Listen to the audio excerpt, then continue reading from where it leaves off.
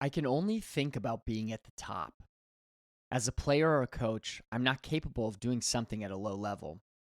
I can only think in one direction, upwards. To be the best possible. That's why, in the end, I had to stop. Above all, I want to say that my life has been lived with a view to doing things better and getting better. I've translated that into everything I've done. Today, we're looking into the life of Johan Cruyff, football's great philosopher king. He was voted the European Player of the Century for the 20th century, which means that in all the 1900s, he was the greatest player in Europe. That's quite an award, considering not only was he a great player, but he was a phenomenal coach, and his influence runs throughout the game in almost any match that you're going to watch.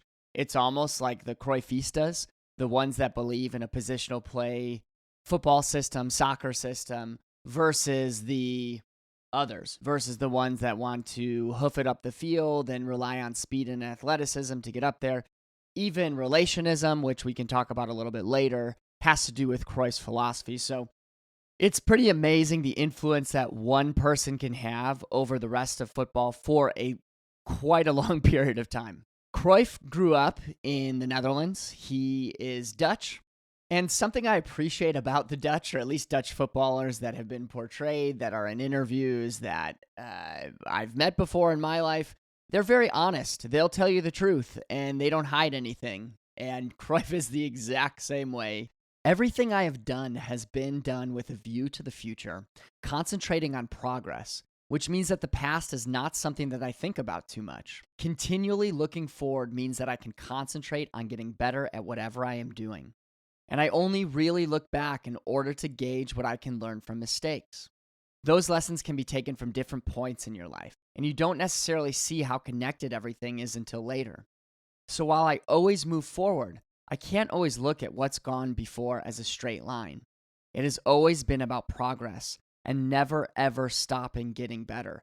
Now, this reminds me of Steve Jobs' Harvard speech, his commencement speech, where he talks it's his famous speech, you can look it up on YouTube, but he talks about how the dots connect whenever you look back and not looking forward. So for him, it was stepping into a calligraphy class. For Cruyff, it's not really reflecting too much on certain things he's done. It's about continually getting better and making progress.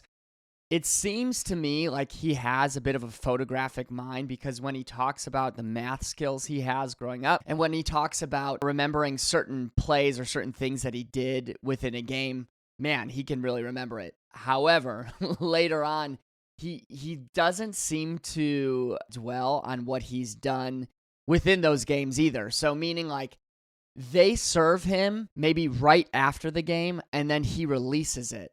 So that when people talk to him later on about, oh my gosh, that Cruyff move that you did on the Swedish player, oh my goodness, that goal that you scored in the European Cup, he's like, yeah, you probably know it better than I do because you've seen it more times than I do. So that's pretty funny. Growing up, his parents own a grocery store. They owned this grocery store specifically 200 to 300 meters away from Ajax's De Meer Stadion, which is, I'm guessing, the way that you pronounce stadium in Dutch. So he grows up around Ajax, and Ajax is a football, and to all my American listeners, football here is going to be soccer. So just bear with me here. Soccer equals football, football equals soccer. Their football stadium is extremely close to where Cruyff grows up, and that is a very important thing, because Cruyff basically grows up around professional soccer players, and not just that, but professionals within the soccer stadium too, that do a lot of different things for Ajax. His dad actually never missed an Ajax game, a home game, he says. He talks to Johan about great players like Alfredo Di Stefano, who knew how to use space on the pitch, and Foss Wilkes, who was a phenomenal dribbler. The area where Johan grew up is nicknamed the Concrete Village, and it was an experiment in cheap housing after World War I. It was mostly working class individuals, and kids spent as much time out of the house as possible. Him and his friends played football everywhere they could. Johan says, "It was here I learned to think about how to turn a disadvantage into an advantage. You see that the curb isn't actually an obstacle, but that you can turn it into a teammate for a 1-2. When the ball bounces off different surfaces at odd angles, you have to adjust in an instant. Throughout my career, people would often be surprised that I shot or passed from an angle they weren't expecting. But that's because of how I grew up. The same is true of balancing. When you fall on the concrete, it hurts. And of course, you don't want to get hurt. It was learning to play like this, when you had to react to the situation all the time, that taught me my skills as a footballer. That's why I'm a great advocate of making young people play football without studs. They miss the hours I had in the street, the hours practicing how not to fall. Give them flat shoes and help them keep their balance better. I was just watching an FC Barcelona game this past week where the ball bounces in such a weird way and the defender tries to approach it in a weird way where he just slips and falls and Barcelona scores off of it. I couldn't help but think, man, if that guy took Johan's advice and understood that he couldn't get to that ball, maybe he would have just challenged the attacker in a different way and they wouldn't have scored. But again, I mean, you can't look at professional footballers and think, hey, look at that mistake. You know, you could have done this, you could have done that. He's there doing it. Pretty impressive. But anyways, I couldn't help think about Johan's quote there. Johan says, I'm very much a mixture of my parents. I get my social side from my mother, my cunning from my father, because I'm definitely cunning. I'm always on the lookout for the best advantage, just like my father Manus. Now, Manus unfortunately dies very young, and very young in Johan's life too. He would die when Johan was just 12. This left a fear in Johan for a long time that he himself would also die early. Johan says, we found out he died of a heart attack because his cholesterol was too high. His death has never let go of me. And as I grew older, the feeling that his fate would also be mine grew stronger. For a long time, I thought that I wouldn't make 50. So I wasn't really surprised when I developed heart problems at about the same age as my father, while I was coaching at Barcelona, because I had more or less prepared myself for it, except for one big difference. 30 years later, medical science was able to save me. Growing up, he had a lot of cousins on his mother's side of the family, but none of them were interested in football. There's a great quote that sums up what his parents wanted for him, and this is in just him going to school. He's basically questioning why he does certain things or why he goes to a particular school. He says, I went to Graan van Prinsterer School in Amsterdam, which was a Christian school, even though I wasn't brought up in faith, and there were also secular schools nearby. I only ever went to church to deliver an order for my father. And when I asked my father why I had to go to school with the Bible in my bag, he said, Johan, they tell good stories there. I'm trying to give you as much as possible in that way, and later you can decide for yourself about what to do with it. It's almost like his father wants him to have secondhand experiences through these great stories and to learn certain ethics and principles from a young age. And if he wants to become a Christian, if he wants to go into the church in any sort of way, great. If he wants to let it be just something that he passes on by and does something else with it, great. But it almost feels like he wants these stories implanted in Johan's head in some way so that he remembers during certain trials in his life that they're there, that's what he was raised on. This is another thing that a lot of immigrant families want for their kids, and a lot of what history's founders and a lot of what history's great leaders have in common, which is investment in learning from a young age. And even though Johan doesn't like formal schooling very much, he still is there. He's present. And we'll see that in one of his quotes later on, where he talks about not going away from school, meaning he doesn't ditch school ever. Jurgen Klopp, the great Liverpool coach, was the same way. He says if it weren't for football, he wouldn't know exactly what he was going to do with his life. I'm sure he would figure something out. The man is very hardworking and he's very smart. But a lot of his teachers and a lot of his friends were very worried about him. Klopp, that is.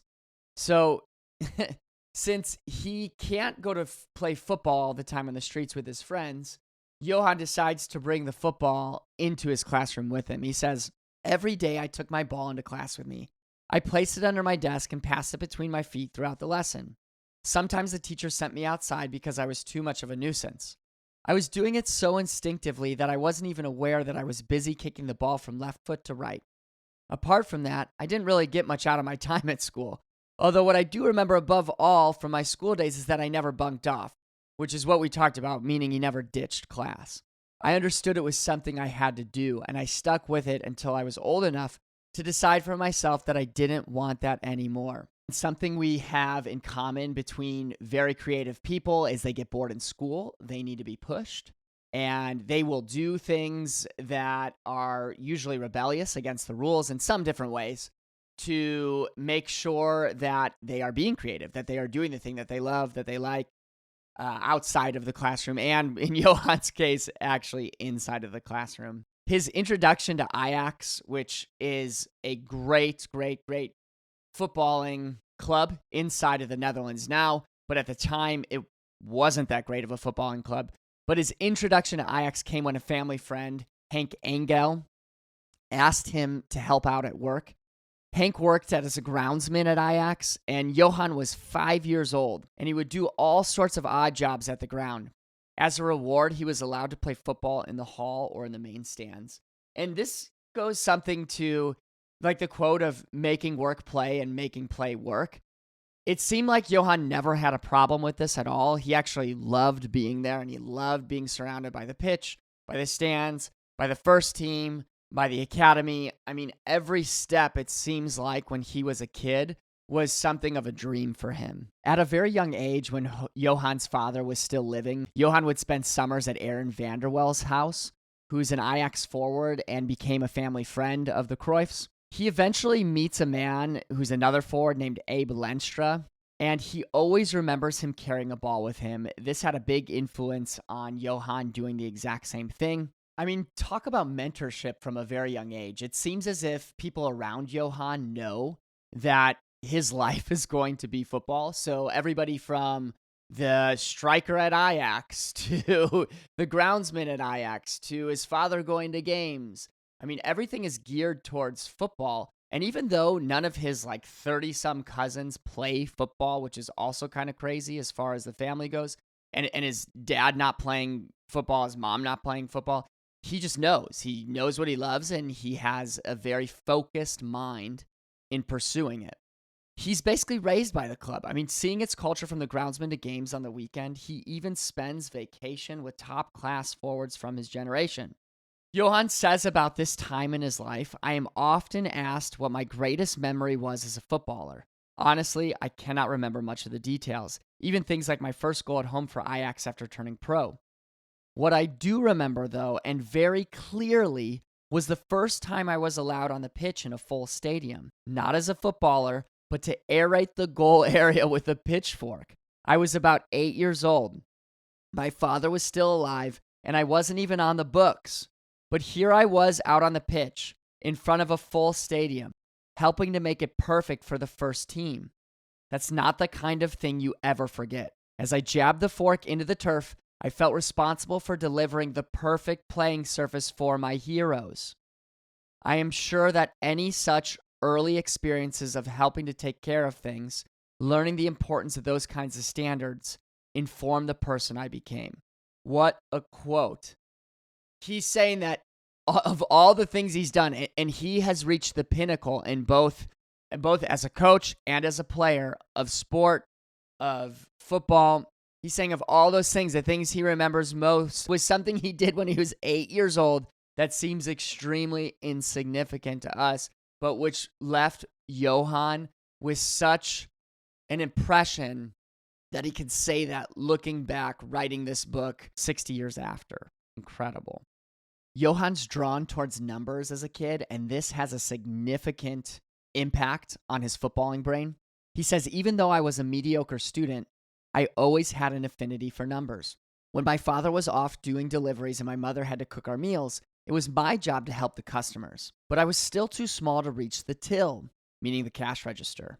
"So I learned mental arithmetic, and because I was good at it from a very young age, I think that's where my fascination began. I also think it was, in part, because of this love of numbers, learning about the mental side of things, that I started thinking more about numbers in football, how we can take advantage of the opposition, how we can work better with the space, like Di Stefano had done. So while my parents did give me football skill, they did give me a way of thinking about football that was different."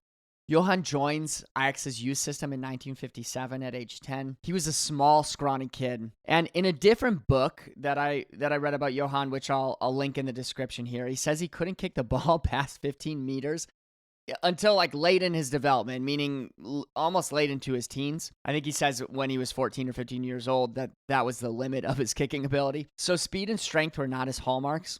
This is similar to the founder of Brazilian Jiu-Jitsu, Helio Gracie. He was small and frail and had to adopt the art of judo to suit his strengths, which was intelligence and dedication to the art. Another really unique story, which we'll cover here on the podcast at some point.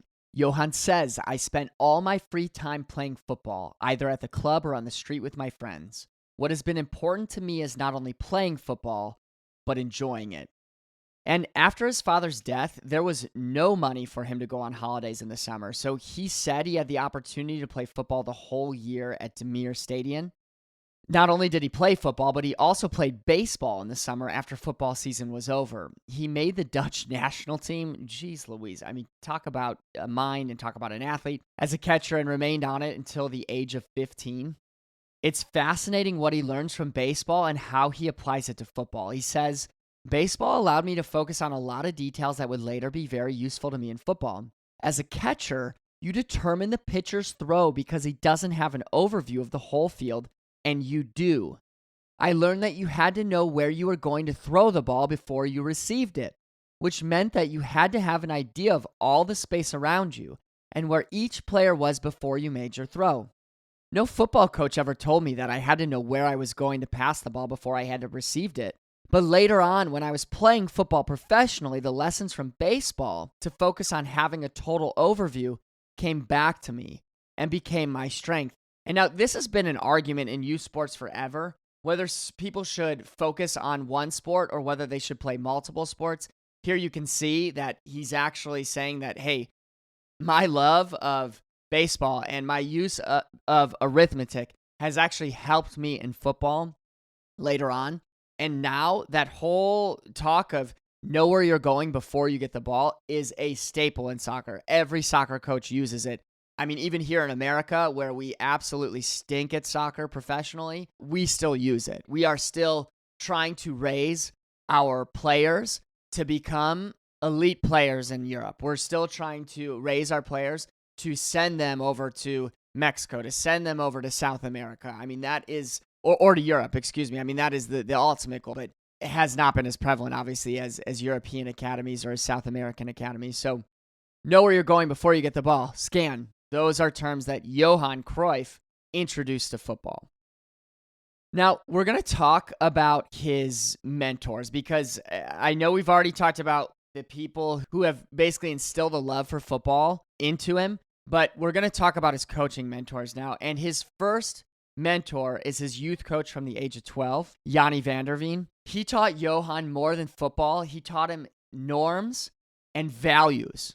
So it's not just about, hey, I want you to touch the ball like this. I want you to shoot the ball like this. I want you to pass the ball like this. I want you to hit the ball with your head like this. It's instilling a culture inside of Johan. He says, Yanni was the first person at Ajax who taught me always to choose a particular course and follow it. Yanni only ever worked with the youth team, but he took to the ideas he had worked on with Jack Reynolds, the visionary Englishman who laid the foundations that total football would later be built on, and applied them to us. It was Yanni who taught us to play games in which we would work on mistakes so that we could be creative in the way we practiced. From Michels, which Rinus Michels, legendary Ajax and Barcelona and Netherlands coach that we'll talk about here in just a minute, we got the discipline. But it was from Yanni that we got the fun. When I became a coach myself, I took these ideas to Barcelona. As I always said, if you work in football, it's not work. You have to train hard, but you have to have fun as well. I want to point us towards the beginning of this quote where Johan says, Yanni was the first person at Ajax who taught me to always choose a particular course and follow it. This is something we talked about last week with Phil Jackson. His very first principle, his leadership principle, is trust your gut, meaning that you got to trust your gut and you got to go towards it. And if you make mistakes, fine, but make sure that you don't jeopardize your principles, your values for somebody else's. If you do, you'll continue to do that, and before you know it, you won't know who you are, and you'll get fired, and you'll say you didn't get fired on your own standpoint, you got fired on somebody else's basis, or a bunch of other people's principles. So trust your gut here. He also says that Van der Veen always insisted on very specific training in which 5 fundamentals played a central part. Playing games always alternated with maintaining and developing these 5 basic fundamentals of football: shooting, heading, dribbling, passing, and controlling the ball. So we were always really busy with the ball. This way of training has always remained the standard for me. It's led me to realize the easiest way is often the hardest. So I see touching the ball once as the highest form of technique. But to be able to touch the ball perfectly once, you need to have touched it 100,000 times in training. And that's what we spent our time doing. This was the school of thought, all thanks to the apparently simple training techniques of people like Yanni.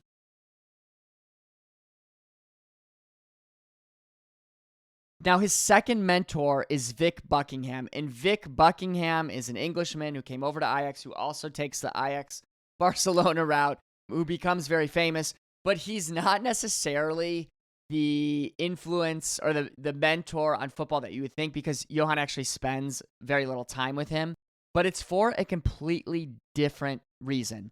After Johan's father dies, the club employs Johan's mom as basically a cleaning lady to clean all the English people. So all the people from England who have a job at the club, she's going to clean their houses. And Vic Buckingham is one of them. Now, Johan would often go with his mom to clean the houses, and he would stay there to talk with Vic's 2 sons. Now, this is how Johan actually learns English. So this is why he becomes a huge mentor, not just as a coach, but he gets to know him. He says he's a great guy, but at the same time, it's his sons and him that teach him English. The third mentor that Johan has within the Ajax world is Pete Kaiser, who took Johan under his wing, being 4 years his senior.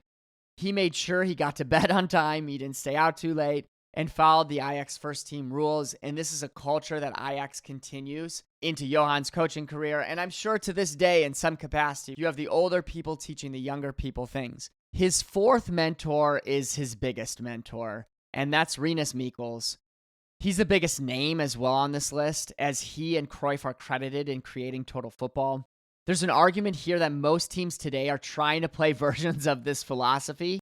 When Michels is hired as the first team manager at Ajax, they're sitting towards the bottom of the table. So they are not the prolific Ajax that we'll see throughout the 70s, throughout the 80s, throughout the 90s, throughout the 2000s, and even to today. I mean, they're not as prolific as they once were. They're not what we view Ajax as today. Johan says, Michels tried to protect us from what was happening off the pitch to make sure that everything we did was focused on getting us to play better and think more clearly about the game. It was him who managed Ajax to the very top of the game. The bond that we created at Ajax was the sort of thing that is difficult to put into words, because he became part of my life outside the club. Much later on, when I had kids of my own, he dressed up as Santa Claus at a children's party at our house. But my daughter Chantel recognized him. I can still hear her saying, "Hey, you're not Santa at all. You're Uncle Rinus."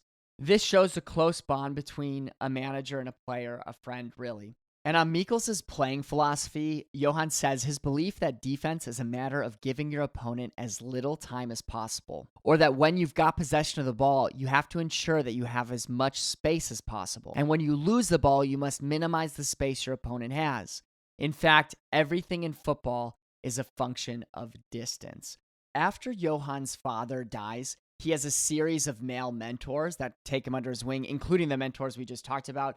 But one of those is Hank Engels, who becomes Uncle Hank at his house. They talk about it in the book, him coming over for dinner quite a bit, and he's a big family friend. His wife actually dies before Johan's father dies, and eventually Uncle Hank becomes real Uncle Hank, or stepfather Hank. He marries Johan's mother. Johan in the book says that his marriage to Ajax, once this happens, was complete because the groundsman he's known at 5 and his family friend becomes really part of the family at that point, and he has another father figure that he can lean on. Cruyff reflects that his time playing football in the Ajax Academy and as a youth growing up on the streets are some of the best times of his life. And at 17, he's put into the first team. Johan says, "What I learned is football is a process of making mistakes, then analyzing them to learn lessons and not get frustrated. At the end of each game, I was already thinking about the next and what I could do better." Johan has this intense love of the game. He wants to be involved no matter what, and he is soccer obsessed. He says in less than 10 years, we took Ajax from the unknown to the total football that the world still talks about. Within Ajax, there was always space for self-mockery and humor. I think this combination was vitally important in developing the aura that we build around us as a team. We knew that what we were doing, and we did it with pleasure. This was often the most intimidating thing for our opponents. And because that was the atmosphere that I was surrounded by at the club from a very young age, I never felt scared of failure or worried about an upcoming match. Because I'd been at the Demir almost every day from the age of 5, I knew all the first 11 players when I was put into the first team, which meant that the step up from the juniors wasn't daunting for me. That was how I approached every game. The only thing that I was interested in, other than playing the game, was explaining the tactics we used. Before I got married, I didn't think about the future. I was living my life one day at a time, enjoying myself. I wasn't interested in the step beyond. I was mad about football and thought playing matches was great. And it didn't matter to me whether it was in the juniors, the third team, or the first, which is something that Cruyff does. He actually plays in all 3 teams at the same time. And in the third team, he plays as the goalkeeper. So he plays the first 2 teams as an outfield player and the third team as a goalkeeper.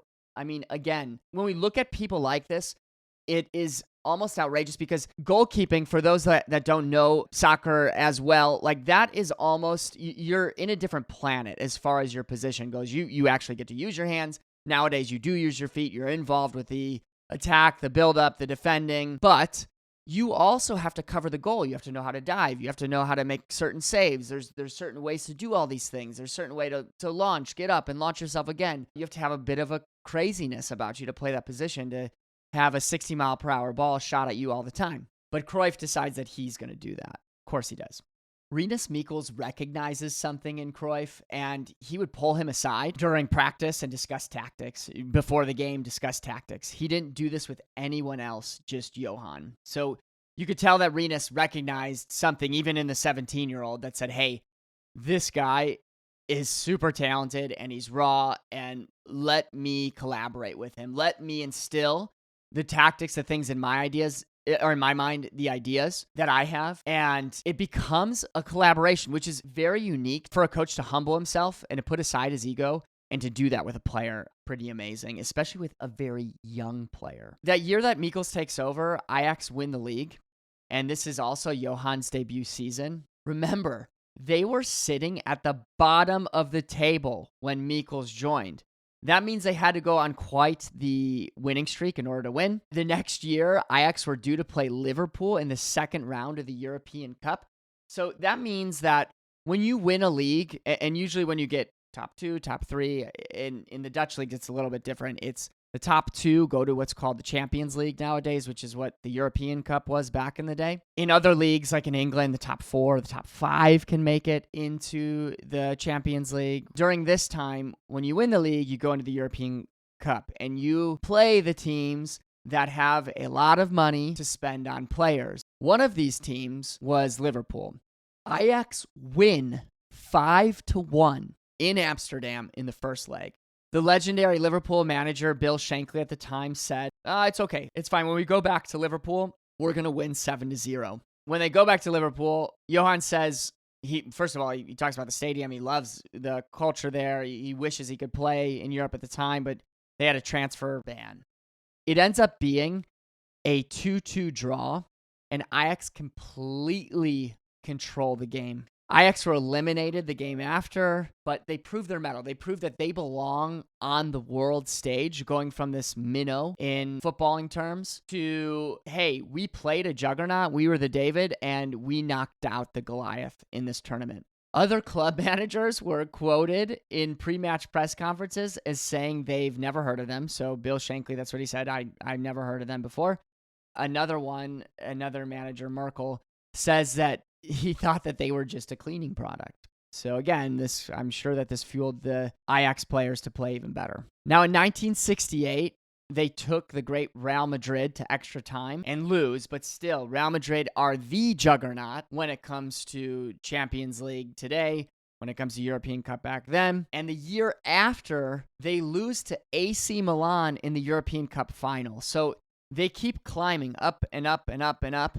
And again, proving their mettle, proving that they play an entertaining, attacking brand of football as well. In 1971, small minnow Ajax win the European Cup. Then they win it in 1972. Then again, they complete their three-peat and win it again in 1973. Johan says, so within 6 years, Ajax had gone from being an average club to the best team in the world. And what was the secret?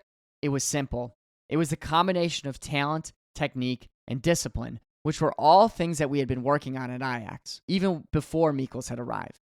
It was what it meant to be part of the club. What Michels brought, and he and I talked about it all the time, was the importance of organization on the field. It was here that my love of mental arithmetic came to the fore, in understanding how we could make the most of the pitch in front of us to beat the opposition. Once you understand completely how to organize a team, then you know what the possibilities are. This is what we achieved at Ajax before any other team. He also says the good player is the player who touches the ball just once and knows where to run. That is what Dutch football is about. I have always said that football should be played beautifully and in an attacking way. It must be a spectacle. At Ajax, what we loved were technique and tactics. Every trainer talks about movement, about running a lot and putting a shift in. I say don't run so much. Football is a game you play with your brains. You have to be in the right place at the right moment, not too early, not too late. And his modern fitness concerns actually come up in the book a little bit. He says he does not like fitness and has a big issue with those that emphasize it. I've always had a terrible aversion to cross-country running and the medicine balls that we use in the gym. When I was in the Ajax first team, every time Rinus Michels sent us off into the forest, I tried to get as far ahead as possible, then hide behind a tree until the team returned, hoping no one would do a head count on the route. That worked for a while until Michels worked out what was going on. As punishment, I had to do a disciplinary training session at the forest track at 8 in the morning on my day off. Michels drove up exactly on time. He was in his pajamas behind the wheel. He wound down the window and said, "It's far too cold for me. I'm going back to bed," leaving me humiliated. And later on, when coaching Ajax, he actually saw some karma come back to him here. He has a superstar in the making named Frank Rijkaard. And the best part of it is that he just laughs at this. So Frank Rijkaard would always pretend he needed to cough during cross-country circuit training. The players were usually split into two groups, one following the other. He would join the second group, let his teammates run on, and then join the forward group on their next circuit. That way, he ensured that he ended up running one lap less than the rest. No other trainer noticed. But I did. I just enjoyed it. Of course, I told him later on, but at the same time, I had a really good laugh about it. I love that type of cunning. By 1973, Johan had won 3 European Cups and been named European Player of the Year in 1971 and 1972. About the accolades, he says, "At home, I have nothing on my walls about football. When I was awarded an honor, the medal I was given disappeared into my grandchildren's toy box. Football is a game of mistakes. What I loved was the mathematics of the game, the analysis, how to improve. I hope I will be remembered not just as a football player, but as someone who is trying to improve all the time." And this is really, really important. I see it all the time on the weekends, and I try not to do it myself and can fall into it as well. On the weekends when we play soccer matches, and again, I'm not coaching the Ajaxes of the world. I'm not coaching the Barcelonas of the world. But as coaches, we have tendency to tell the players what to do next. We have a tendency to say pass left, pass right, pass to Molly, pass to James, 2-touch, 1-touch, whatever it is. Move into this space, move into that. And what it does is you're taking the play out of it for the kids. Like, they need to make the mistake of not scanning, of not knowing where they're going to go before they get the ball, of not playing 1 or 2-touch, of not passing left when the pass was on left. They need to make those mistakes, and we can maybe reflect on it with them afterwards. But just taking the fun away of saying, okay, well, I'm a coach and my ego's in this thing and I need to win. That's not what it's about. In youth sports, especially growing up, maybe when, you're getting paid millions and millions and millions of dollars and your club is relying on the billion or so dollars that are coming through the door in ad revenue and marketing and all that, fine. But at that point, they're professional players. In youth sports, you don't want to do that. And you take the fun away from the game. When you start doing that, you even see it from the 25-year-olds, from the 30-year-olds. They rebel against their coaches who try to tell them certain things. I've tried to tell, no, we're going to do it this way. Your natural ability is to do it that way, but I want you to do it this way. Some people are like, great, that's fine. You pay me for it. Other people rebel. What I love about Johan is that the physical manifestation of his winning His medals and trophies were not important to him at all. It doesn't mean that winning wasn't important. He loved the game. I'm sure he wanted to win every game he participated in. I'm sure of it. He has to. But he could care less for the accolades and the politicking, which we'll actually see after his playing career ends.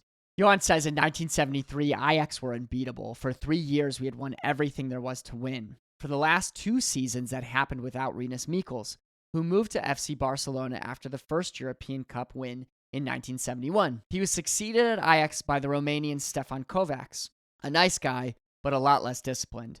And if you have less discipline coming from the coach, you end up with lots of different opinions coming from the squad. Kovacs was the kind of trainer who said, right, guys, these are the rules, think about it, do this, do that, and develop yourselves. Things went well at first, but within the club, people had started getting ideas above their station. It started with Kovacs' vision. He encouraged self-development among his players, but he didn't apply the same principle to himself, allowing players free rein, creating difficulties in relationships inside the team. And Johan here feels like he has to act as that disciplinary mind and that he has to discipline the team. This does not go well in time. In 1973, in fact, after their third European Cup, the team voted Pete Kaiser to be the captain of the team after years of Cruyff being the captain. That was the last insult that Cruyff was willing to take. So he calls his business partner, who is also his father-in-law, who we'll talk about in a little bit, Cor Korster, who seems to be just an incredible person for Johan to have around him. Because again, when people are obsessed about something and focused on something, everything else goes by the waste bin. And if it wasn't for Cor, Johan could have been sitting on the street at some point. So he calls Cor and he says, make my move to FC Barcelona. They had already shown interest in him. Rinus Michels is there. I mean, it seems to be like a match made in heaven. So he moves to FC Barcelona and reunites with Michels. Now, Ajax does not win the European trophy after this. So it's Cruyff, it's Michels, it's total football that is needed inside of Ajax for them to win a European trophy. And we'll see that with Cruyff's disciples later on. Barcelona also pays him a lot more with less of a national tax. In the Netherlands at Ajax, he was paying something ridiculous. It was 73% tax on high earners, which is, gosh, that is outrageous. I think in Barcelona it was something like 30 or 33%. Ajax even tries to sabotage Cruyff playing in the first part of the season by not allowing him to play, even though Barcelona paid a world record fee for Cruyff. So what does Cruyff do? He decides that he needs the help here. With the club, he creates 3 exhibition matches that fills the Camp Nou. Now, Camp Nou is Barcelona's stadium, so whenever I say that, that's where they play. And they recoup the fee plus more. So within 3 matches, they recoup Cruyff's world record fee plus earn money, which is great. I love that. Something that really bothers Cruyff, they take his mother's season tickets and move her seat to where it's behind a pillar. I mean, I don't understand that. This guy has done so much for the club. How could you do that to his mom, who has also done so much for the club? Whatever. When Cruyff is finally sanctioned to play in the season, Barcelona had only won 1 game. So again, they're near the bottom of the table. He's reunited with Michels already. Michels is struggling at the time. Cruyff scores 2 goals in his debut, and after that, they don't lose a game for the rest of the season, winning La Liga by 8 points. A win in football is worth 3 points, a tie in football is worth 1 point, and a loss is worth 0 points. Today, there's a 38-game season, which means you have 20 teams in a particular bracket. So just imagine that, right? It's like you don't play for a while. Your team isn't winning all but 1 game. You're towards the relegation zone or towards the bottom, and you come back in. You don't lose a game after that. You win a bunch, and you win La Liga by more than 2 matches. Crazy. Barcelona's big rival is Real Madrid, and even to this day, whenever they play the match, they call it El Clásico, the classic. So when they play Real Madrid that year, they play Cruyff as a false 9 and win 5-0. I'll explain it here in a second what a false 9 is, but here's Johan's words about Michels. He says, Michels asked me to play deeper. Then the 4 defenders with nothing to cover would get confused, and our advancing midfielders would take advantage. The plan worked. Our midfielders breaking forward took Real completely by surprise. It's remarkable how chance events can have major consequences. So for those unfamiliar with the term striker, Cruyff was a striker by nature. He's a forward. He was the furthest player forward, meaning he was the closest to the opposition's goal. Often those players play against a defensive wall of 3 or 4 or 5, maybe even. And so the defenders know who to mark. They're like, this is the striker. Instead of doing that, Cruyff drops deeper. So meaning that he might drop 10 meters, 20 meters deeper. He might go all the way into midfield.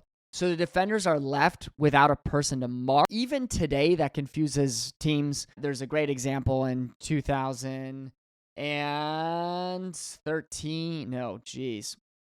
Sorry, 2009-10 season of Barcelona when Pep Guardiola coaches there, of asking the greatest player maybe of all time, Lionel Messi, to drop deeper and play as a false nine.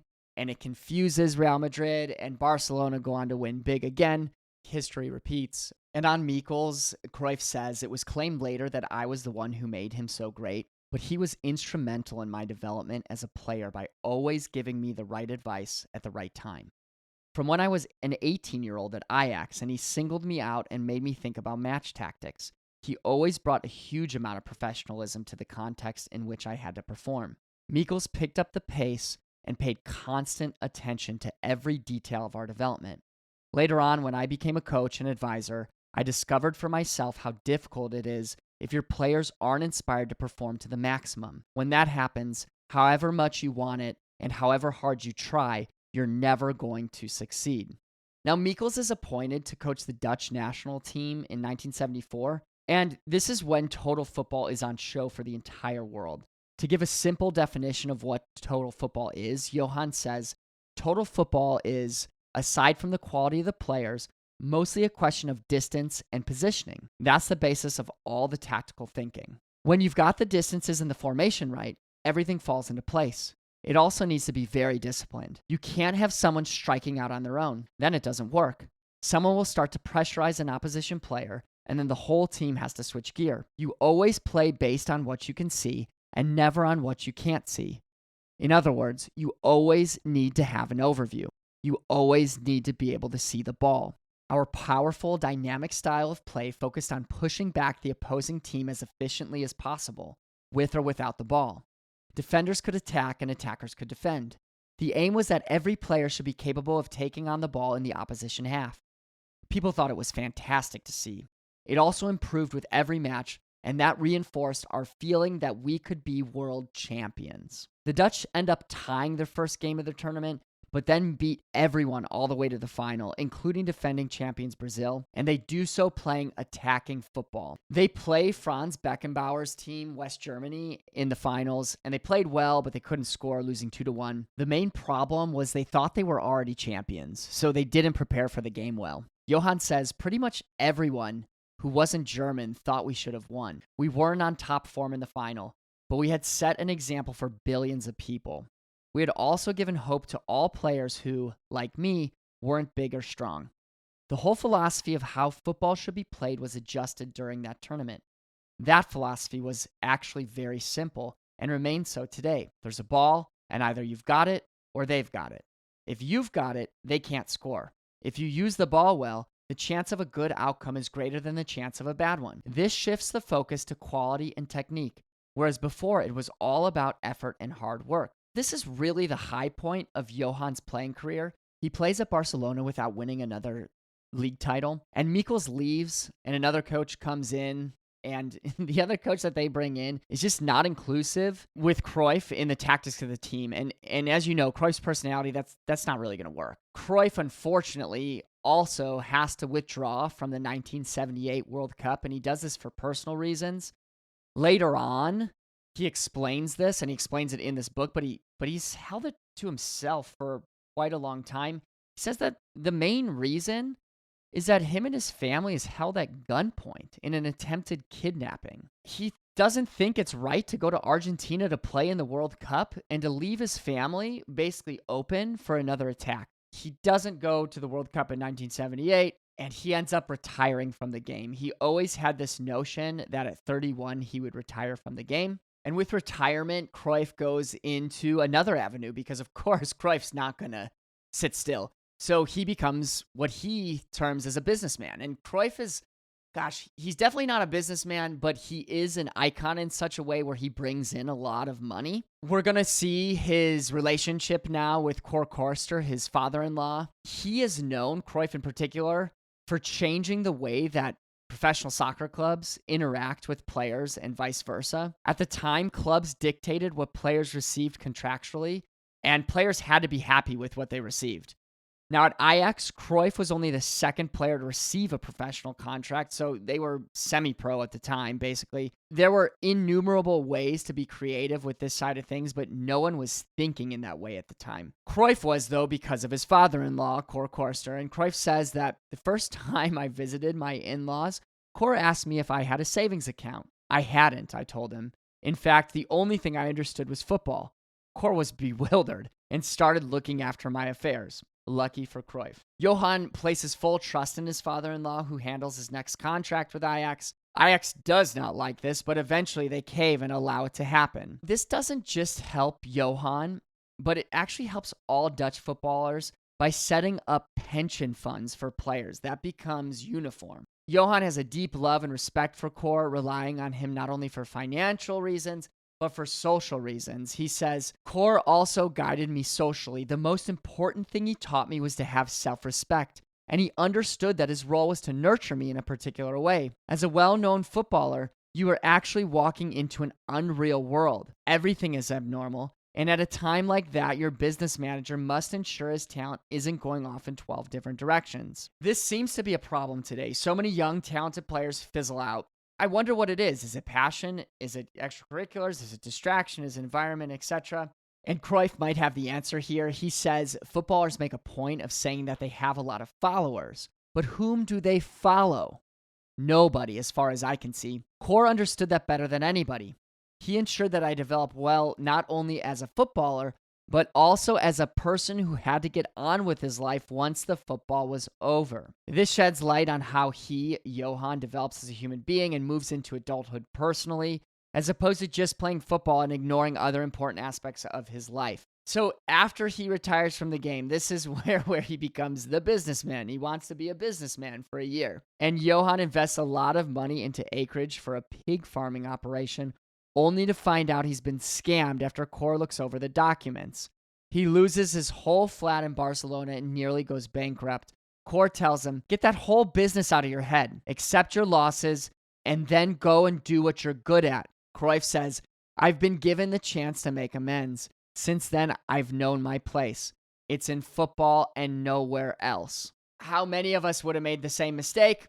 Probably a lot, especially with people that we trust outside of Cor, some friends, whatever. They decide they want to go into pig farming. Johan gives them a lot of money and ends up seeing the documents, and his name is not anywhere to be found. So he doesn't own the land. His investment is gone.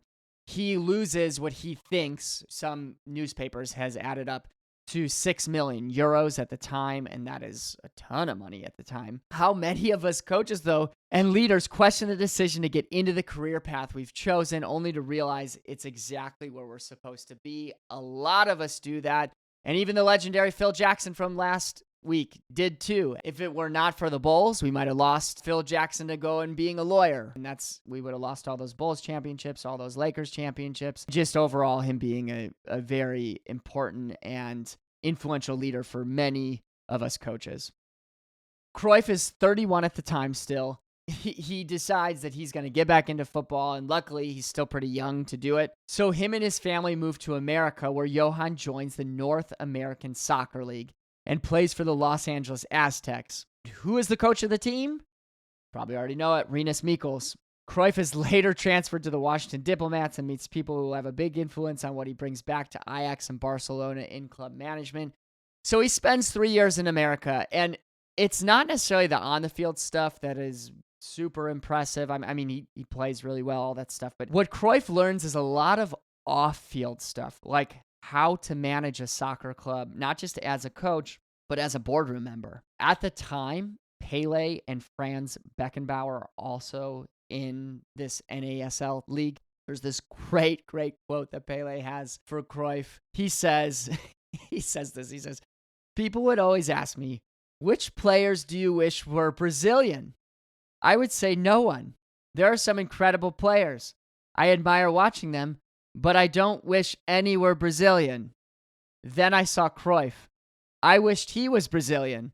He was a joy to watch. Of all the players that he's watched in his time before him, all that, playing with these great players, he doesn't want any to be Brazilian. He doesn't care. He's like, Brazilians are Brazilian. I love it for that. But then he sees Cruyff and he says, okay, I wish that guy was Brazilian. It's so great. Cruyff says about his time in America, within American sport, they understand more than anyone else how important it is to collaborate. That's also a big difference between the American franchises and a lot of European clubs. In Europe, everyone is out for themselves.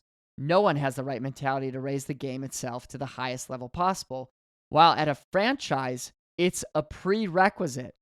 Americans want and expect the best. Now, this view is very nationalistic and leads Cruyff to think that it's just a matter of time before America wins a World Cup. We are still hanging on by a thread with that one. Fortunately, today, America hasn't made the turn Cruyff thought it would at all. We're still very, very far away. Cruyff also likes Americans' way of looking at top-level sports.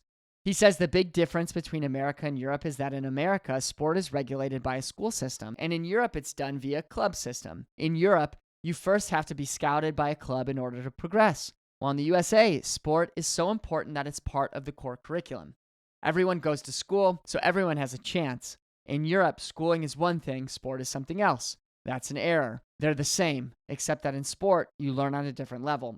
Johan says, in America, I also noticed that the primary aim of top-level sport is to entertain the public. I've always said that's how it should be. But it was great to see that in what is perhaps the greatest sporting country in the world, that's exactly how they think. Spectators work hard all week. When they leave the stadium after the match, they have to go home happy and be satisfied with what they've seen. That can happen in many ways. You can win, you can show commitment, but you're not necessarily going to be successful. Thus, you must also learn to relativize. It's a cliche, but winning isn't everything. What's more important is how you go about doing it. Johan then tells us what his thoughts are on the biggest detriment to American sports.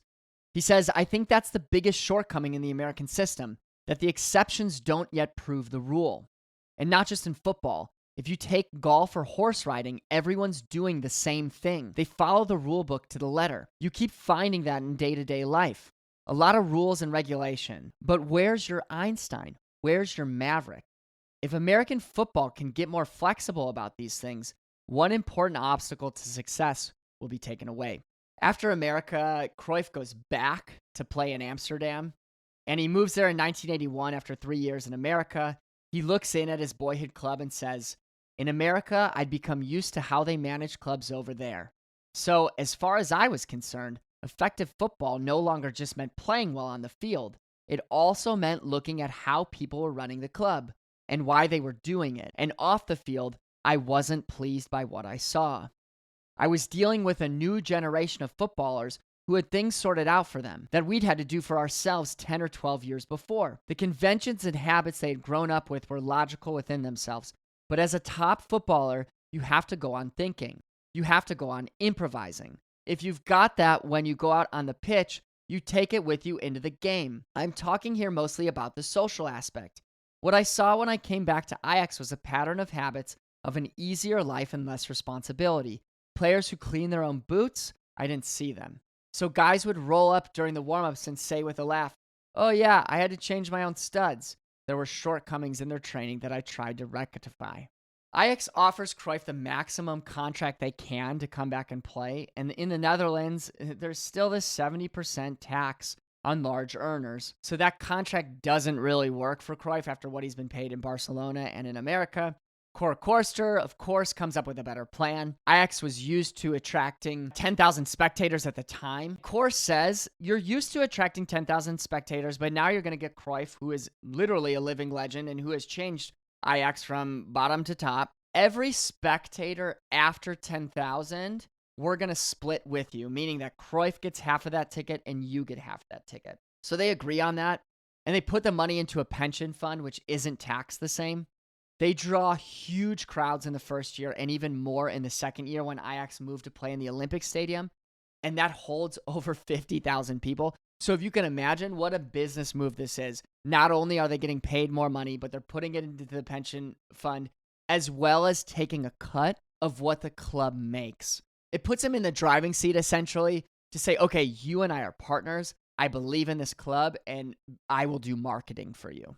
Of course, though, freaking executives, Ajax executives eventually think that Cruyff is making too much money despite 2 successful seasons. Feyenoord, however, say, okay, we don't think that. We'll offer you the same deal that Ajax did with the split in revenue. And he ends up going to Feyenoord because the Ajax executives say, hey, one player's making too much money. Gosh, people just don't know when they have a good thing going. So he goes to Feyenoord, and they win the Dutch league. With that, Cruyff retires as a player in 1984. Go figure that they'd win the Dutch league. That's a great retirement present for Cruyff and players like Ruud Gullit, who becomes a huge national influence and who becomes one of the core components in making the AC Milan team of old, their dream team that goes on to win the European Cup a lot. He gets to play with Cruyff and learn from Cruyff, so that is good. In 1985, Cruyff begins his coaching career, but he begins as an advisor to Roda J.C. Kerkrade. Again, sorry for butchering the name. And set up youth training at MVV as well. In little time, this sparks Ajax and Feyenoord to ask for his help. And in June of 1985, Ajax appoint Johan technical director of the club, which he says was simply a legal trick that meant I could coach without a coaching diploma. And he goes through a lot of back and forth with the KNVB, who is the National Dutch Federation at the time, about whether or not he can coach. Eventually, they give him an honorary diploma because, lo and behold, he can coach, and he wins the KNVB Cup that year. Cruyff thought that the top potential of a team could only be reached by working away at tiny aspects of play during training, the 1 or 2%. He does this step by step at Ajax. He assumes responsibility over the complete footballing environment from the professionals to the trainees, and he builds a footballing staff that would enforce this policy for him. Something he does different that European clubs weren't doing at that time, but that he saw in American sports, was that he uses specialists. This allows him to get the best out of the team, and it means that he has 3 first-team trainers, a fitness coach, a goalkeeping trainer, and internal and external scouts. Most clubs at that time had a main trainer and an assistant. Ajax had 7 on their technical staff. He never pretended to do anything that he couldn't do. He delegated very well. He said, if you do fitness training, you're responsible, not me. So don't ask me what to do. For me, 2 things are important. In principle, they've got to be able to play for 120 minutes, and they have to have a laugh. I'm not the policeman. I'm nothing. But if you can't work it out for yourselves, then I'll go out and find someone else who can. Reminds me of Steve Jobs quite a bit. He also thought differently, which again reminds me of Steve Jobs. An example here is he would use an opera singer to help with breathing techniques to get the maximum out of each inhale and exhale.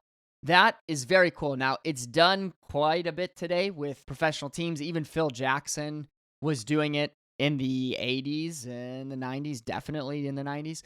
So there is some cross-pollination here, which is pretty neat. They're doing it at the same time. Other teams are not doing this. So people who were employing this, man, what an advantage they were getting. He'd also try and cross-train sessions between the specialists. So he would ask himself and he'd ask his team, can a technical session also be used to monitor fitness? He says often it's not just a matter of what you want to improve, but also the intensity with which you're training. Johan says, my intention was to give the Ajax school an identity of its own again. The core principle was to play as much offensive football as possible. Gosh, I love that. The Eredivisie, the league we play in, only played with 2 strikers, so I felt I only needed 3 defenders rather than 4. That meant I could play 4 men in midfield. I usually switched one of the center backs for the player who is now known as number 10, the shadow striker. So that's the attacking player that plays right behind the striker. By having Menzo, our keeper, no further back than the 18-yard line when we had the ball, the rest of the team was pushed far upfield. I didn't always think of the 11 best footballers, but about a group of players who best fit together. The team was already good enough to end up in the top 3, however we played, but I wanted more, and to achieve it in a more concentrated way. As a manager, I stuck to that idea very consistently. Even when we lost a few times, I never had any doubts about it. And he goes on to say when he coaches for Barcelona, that it was the same way. Whenever they lost, he never had a doubt about it. Barcelona puts a lot of pressure on him in a lot of different ways. But again, he sticks to his gut. First principle of leadership, trust your gut. Cruyff's style of coaching was a little bit different than most coaches. He actually liked to play with the team rather than just direct from the sidelines. He says, even after I retired from playing, I was still more of a hands-on coach than a detached manager and more of a player than a coach. What I liked best was just playing football with the team. Then we would go on to puzzle about positioning and match strategy. I love that. And I think he gets that here from Rinus Michels. What he loves about playing under Michels, it seems like, is that they would play, then they'd go off to the side, they strategize, they'd play, they'd go off to the side and strategize, they'd play. Most of it was about playing. But afterwards, if they couldn't play because maybe their bodies wouldn't let them, or maybe fitness coach says, hey, that's too much, whatever, they could still nerd out about it. They can still talk about it on their own. Johan has a successful career coaching at Ajax, but there are some woes there. And Johan's struggle begins in the summer of 1987. Ajax would constantly, and they still do it to this day, they export their best players and bring in more players for roughly the same amount of money.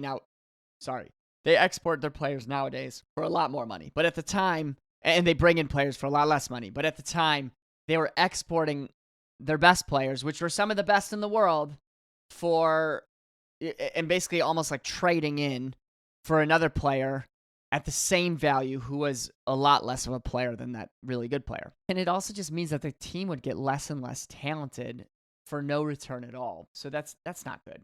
When Johan would identify a transfer target as well, the board would shuffle their feet and the player would transfer to another club. So again, he's like, come on, let's move fast. Let's get on these players. We need to transfer them in. They wouldn't do it. Marco van Basten, his best player, leaves, and Cruyff tries to encourage an extremely talented Frank Rijkaard to step up and lead. Frank becomes mad and shuts down. Cruyff says, I find it impossible to improve somebody who doesn't want to learn. I can't put my energy into it. A player has to be able to learn something from me, because if he doesn't learn, then it's goodbye. I have to keep moving forward. Annoyingly, the worst offenders are often the nicest people, yet they're the ones you've got to get rid of. And this really leads to what Phil reflects on, and what Phil Jackson from last week reflects on when he has this experience in the CBL with very talented players who just couldn't concentrate. He almost quits because of it. Johan goes on to say about team chemistry, as a coach, I've always wanted a team with a good mix of players I've trained myself, some young scouted talent, and a few new purchases bought to strengthen the team. So Ajax are doing well, but the board wants to step in more and more, and in 1988, Cruyff resigns. In his 3 years coaching Ajax, Cruyff wins 2 domestic cups and the European Cup Winners' Cup. The European Cup Winners' Cup is a pretty big deal because, again, you're playing people throughout Europe who are some of the best in the country. And eventually, because of all this strife, Cruyff decides to leave. And once again, he leaves for where?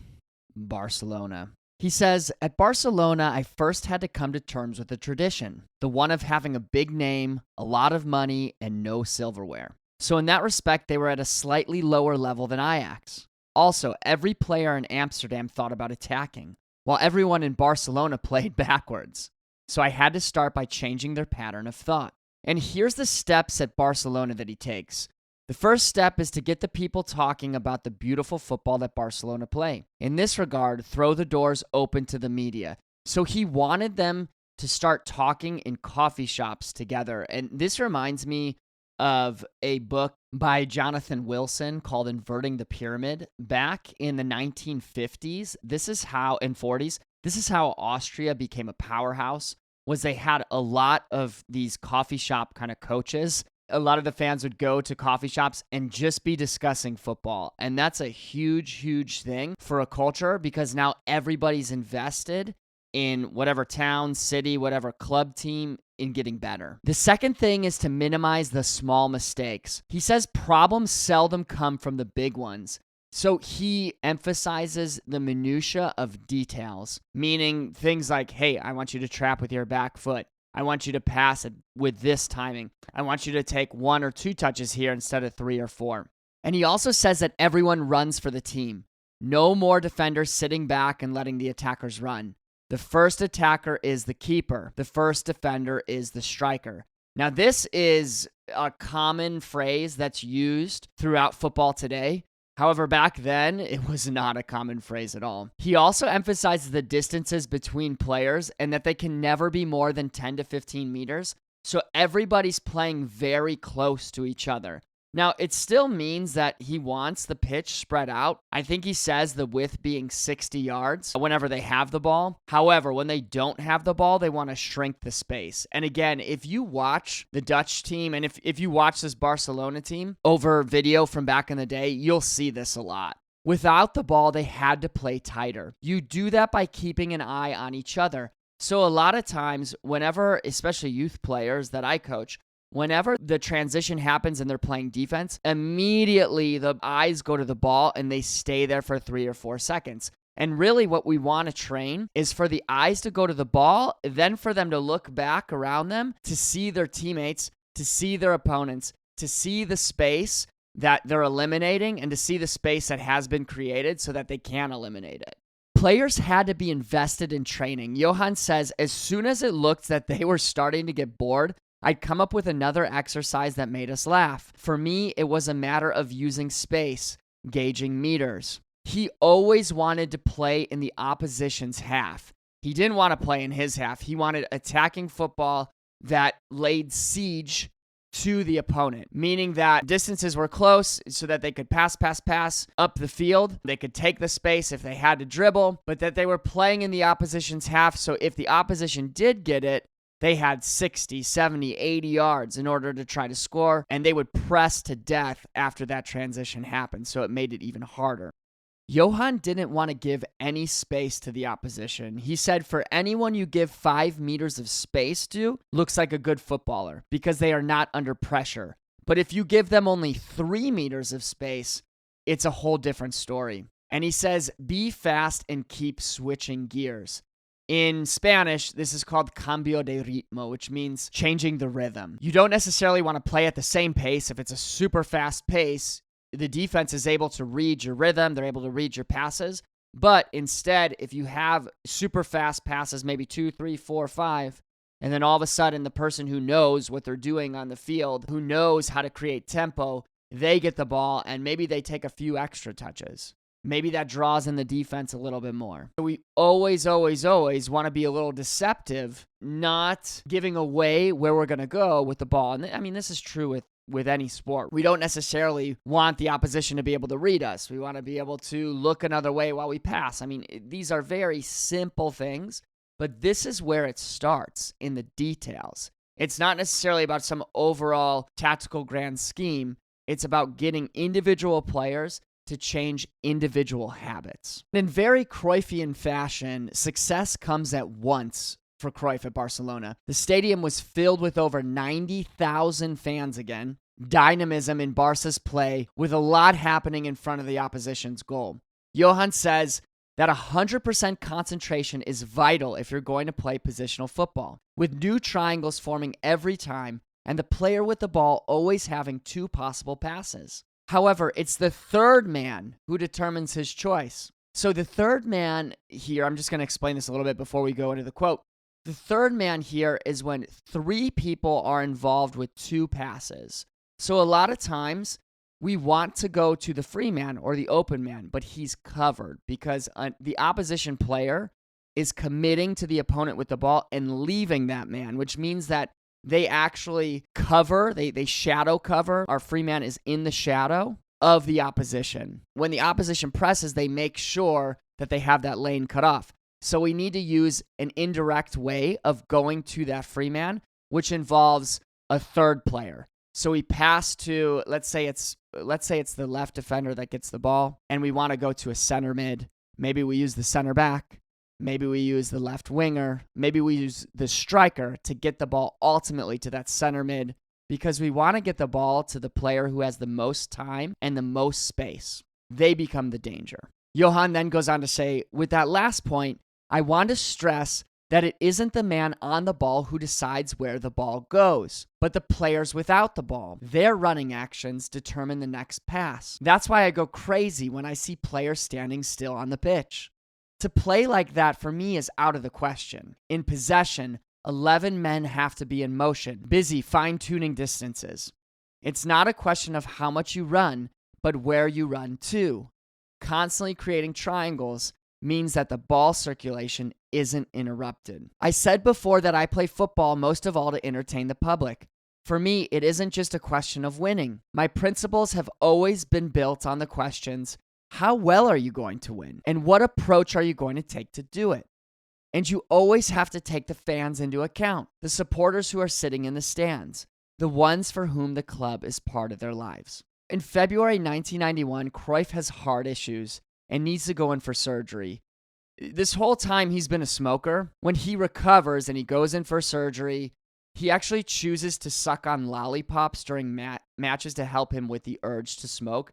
And he says he loved it. He has what's called the Dream Team at Barcelona. In 1992, this Dream Team wins the European Cup, and they become the champions of Europe. This is the pinnacle of Cruyff's coaching career. The problems in Barcelona, though, begin here. So this reminds me of last week of Phil Jackson. We had Michael Jordan, one of his quotes, and he said that success turns we's into me's, meaning that we don't think about the team. We think about, oh, hey, I'm the right winger on the best club in the world. I should be getting paid more. I should have a big transfer fee over here. Maybe I could be the star at Juventus or at Liverpool or at Manchester United. People start to think about themselves rather than the team, and it's really, really hard to keep together. So by 1994, they've won 4 league championships in a row.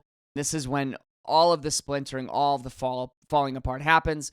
It reflects well here with Ajax back in the 70s. They won 71, 72, 73, and then they start to fall apart themselves as well and have really never been the same. Johan seems like such a personable guy. He explains his relationships with his players, and it's different from most coaches.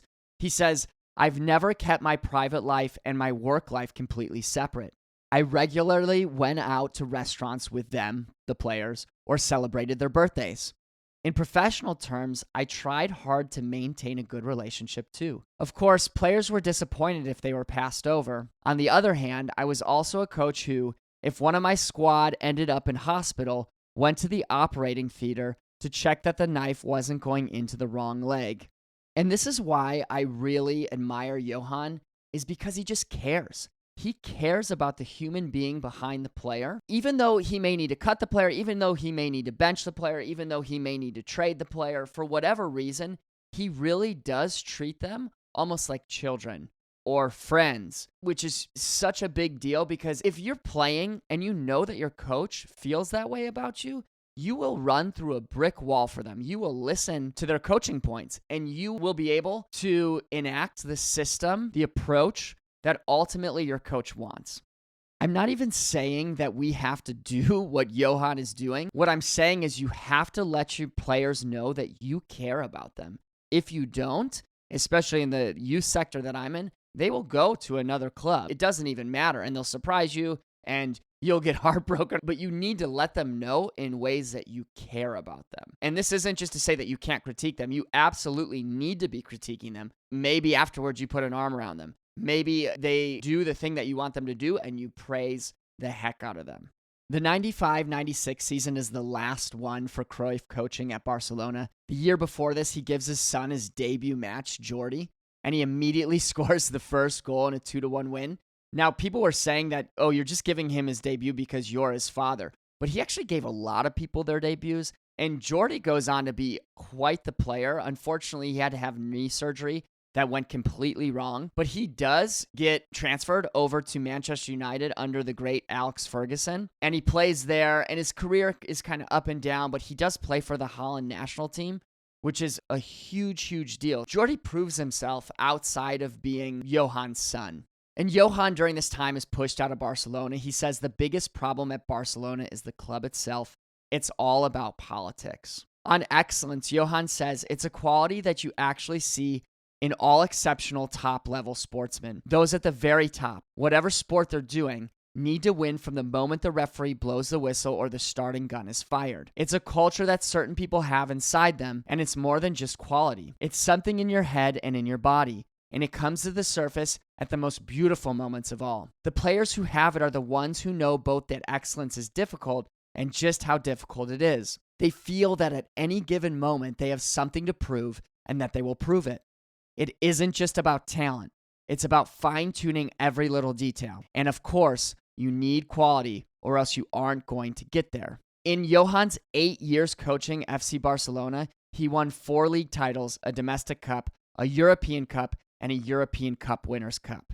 After coaching, he has quite the life, and I mean, his legacy lives on today. But he actually goes on to go back to Ajax as an advisor. Things collapse again there. He goes back to Barcelona being an advisor, has a little bit of a better time there, setting up now their famed La Masia, which he did as a coach too. But I mean, now they print out players like it's nothing. I mean, Ajax does the same thing too, but it's because his principles are there. They really listen to Cruyff in Barcelona, which is really cool. He says about his life after coaching, I'd stop being a player and I'd stop being a coach.